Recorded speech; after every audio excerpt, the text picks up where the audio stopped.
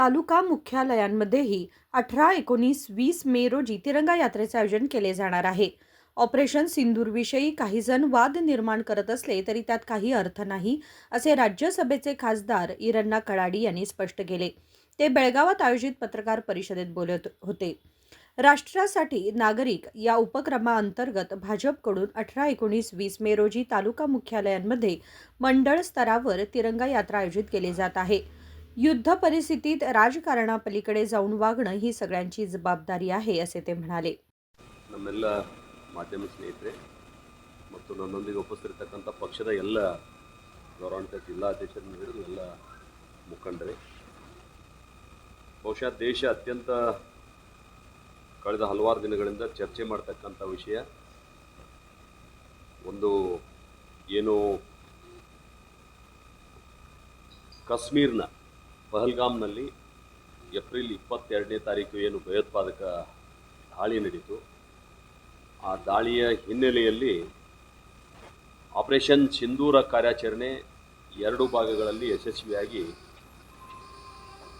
ಮುಗಿದಿರುವಂಥ ಹಿನ್ನೆಲೆಯಲ್ಲಿ ಮತ್ತು ಅದರ ಹಿನ್ನೆಲೆ ಪ್ರಧಾನಿ ದೇಶವನ್ನು ಉದ್ದೇಶಿಸಿ ಮಾತನಾಡಿದಂಥ ಸಂದರ್ಭದಲ್ಲಿ ಭಾರತದ ನಿಲುವು ಏನು, ಯಾವ ರೀತಿ ಇದು ನಡೀತು ಅನ್ನುವಂಥದ್ದನ್ನು ಕೂಡ ಅವರು ವಿಶ್ಲೇಷಣೆ ಮಾಡಿದ್ದಾರೆ.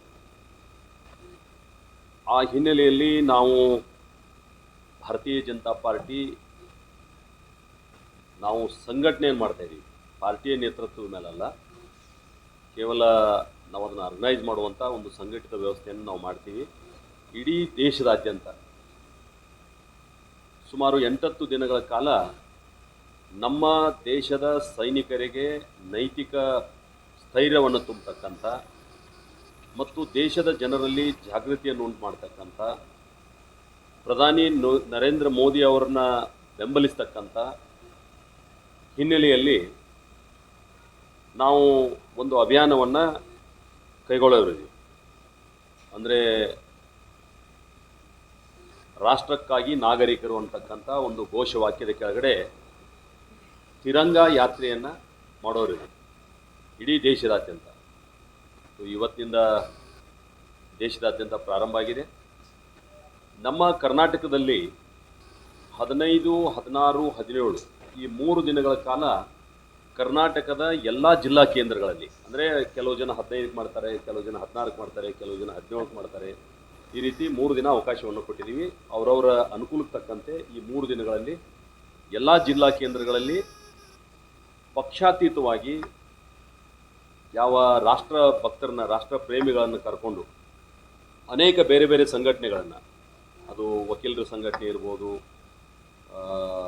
ಇಂಜಿನಿಯರ್ಸ್ ಇರ್ಬೋದು, ಡಾಕ್ಟರ್ಸ್ ಇರ್ಬೋದು, ಸಮಾಜದ ಅನ್ಯಾನ್ಯ ವರ್ಗಗಳಲ್ಲಿ ಕೆಲಸ ಮಾಡ್ತಕ್ಕಂಥ ಎಲ್ಲರನ್ನೂ ಸೇರಿಸಿ ಒಂದು ತಿರಂಗ ಯಾತ್ರೆಯನ್ನು ಮಾಡಬೇಕನ್ನುವಂಥದ್ದು ಒಂದು ಸಂಕಲ್ಪವನ್ನು ನಾವು ಇಡೀ ರಾಜ್ಯದಂತ ಇದನ್ನು ಘೋಷಣೆ ಮಾಡಿದರೆ ನಮ್ಮ ಅಧ್ಯಕ್ಷರು. ಇವತ್ತು ನಾನು ಕೂಡ ಈ ಭಾಗದಲ್ಲಿ ಅದರ ಸುದ್ದಿಯನ್ನು ಮರುಪ್ರಸಾರ ಮಾಡಲಿಕ್ಕೆ ನಾನು ಈ ವಿಷಯವನ್ನು ಹೇಳ್ತೇನೆ. ಅದರ ಜೊತೆಗೆ 18, 19, 20 ಈ 3 ದಿನಗಳ ಕಾಲ ಮಂಡಲ ಮಟ್ಟದಲ್ಲಿ ಆಯಾ ತಾಲೂಕಾ ಕೇಂದ್ರಗಳಲ್ಲಿ ಇದನ್ನು ಕೆಳ ಹಂತಕ್ಕೆ ಒಯ್ಯಬೇಕು ಅನ್ನುವಂಥ ಹಿನ್ನೆಲೆಯಲ್ಲಿ ಅಲ್ಲಿಯೂ ಕೂಡ ತಿರಂಗ ಯಾತ್ರೆಯನ್ನು ಮಾಡಬೇಕು.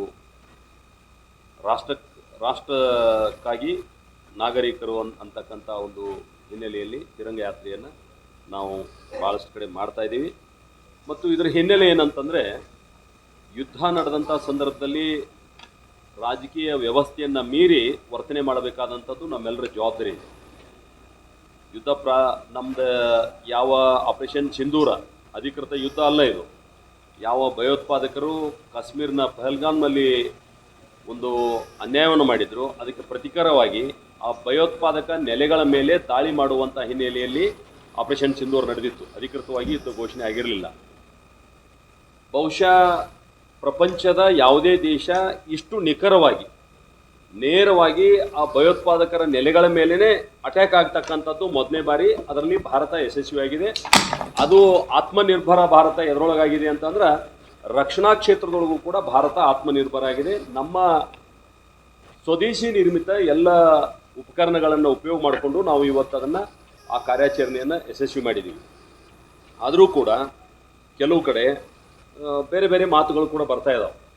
ನಾನು ವಿನಂತಿಯನ್ನು ಮಾಡ್ತೇನೆ ತಮ್ಮ ಮೂಲಕ, ಯುದ್ಧದಂಥ ಒಂದು ಗಂಭೀರ ವಿಷಯಗಳನ್ನ ಮಾತನಾಡ್ತಕ್ಕಂಥ ಸಂದರ್ಭದಲ್ಲಿ ಕೆಲವು ಜನ ಒತ್ತಾಯ ಮಾಡ್ತಾ ಇದ್ದಾರೆ, ಪಾರ್ಲಿಮೆಂಟ್ ಅಧಿವೇಶನ ಕರೀರಿ, ಅಲ್ಲಿ ಚರ್ಚೆ आपण बुद्धाच्या देशाचे लोक आहोत. या मुख्यमंत्री सिद्धरामय्या यांच्या वक्तव्यावर ते म्हणाले की हो, आपण बुद्धाच्या भूमीतले आहोत, पण गरज पडल्यास योग्य ते प्रत्युत्तर देणंही आपल्याला जमतं.